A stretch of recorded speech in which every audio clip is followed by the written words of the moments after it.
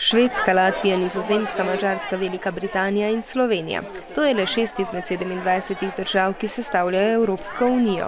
Vse te države pa so se včeraj znašle tudi v evropskih vaseh, ki so zrasle v 8 različnih slovenskih mestih. V ljubljanski evropski vasi denimo je države Evropske unije predstavljalo več kot 2000 otrok. Pravljali smo pa plakate, delali različne stvari. Naučila sem se predvsem novega o Češki, državne znamenitosti, kaj je posebno v državi.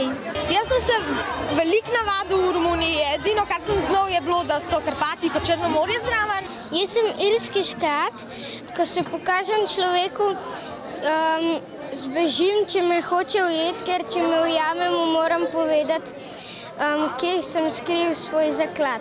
V Evropski uniji pa se ne skrivajo le zakladi, zveza držav ima namreč tako svoje prednosti kot slabosti. Plus je, da si države med sabo politično in gospodarsko pomagamo. Da imamo enotno valuto.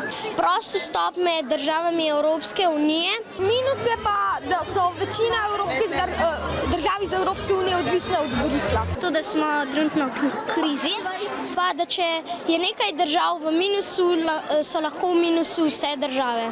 27 držav članic, evropska zastava, himna in evropski denar evro, ki ga uporabljajo prebivalci 17 evropskih držav, pa ne obstajajo že od nekdaj.